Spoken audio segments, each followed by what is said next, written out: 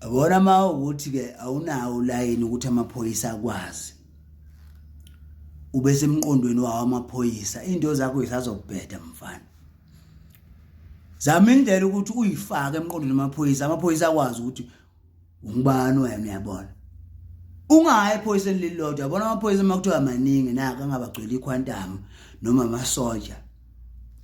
Hamba kuwo ufike uvele esivalweni sequantum uthi niyangihleba.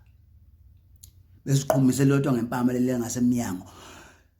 Uyintroduce ngokusheshsha uthi mina ngutshangase mina lo ngabhenywa ngiyagcobana ubuhlehla unyamala luphele endaweni. Ngeke beze bekubophe ngeke bekushaya ngani ngoba makwenzeka into ebingalindelekile wonke umuntu usuka shockeke ngaleyo sikhathi. Uyothi umqondo wakho ubuya wena ubungasekho yabona. Kodwa kuyawusala igama ukuthi ushangase lo ngabhenywa kaze uthembeni ngempela. Awusekho ngaleyo sikhathi wena.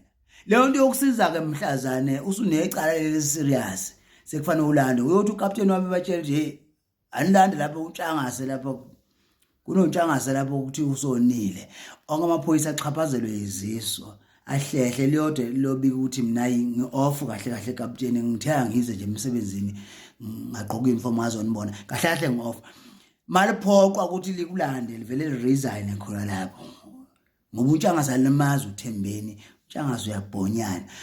Yokusiza la nto le mina sengilinde nje ukuthi kube nomhlangano wabo omkhulu eMabhida anginamkhwanazi ke mina yabona.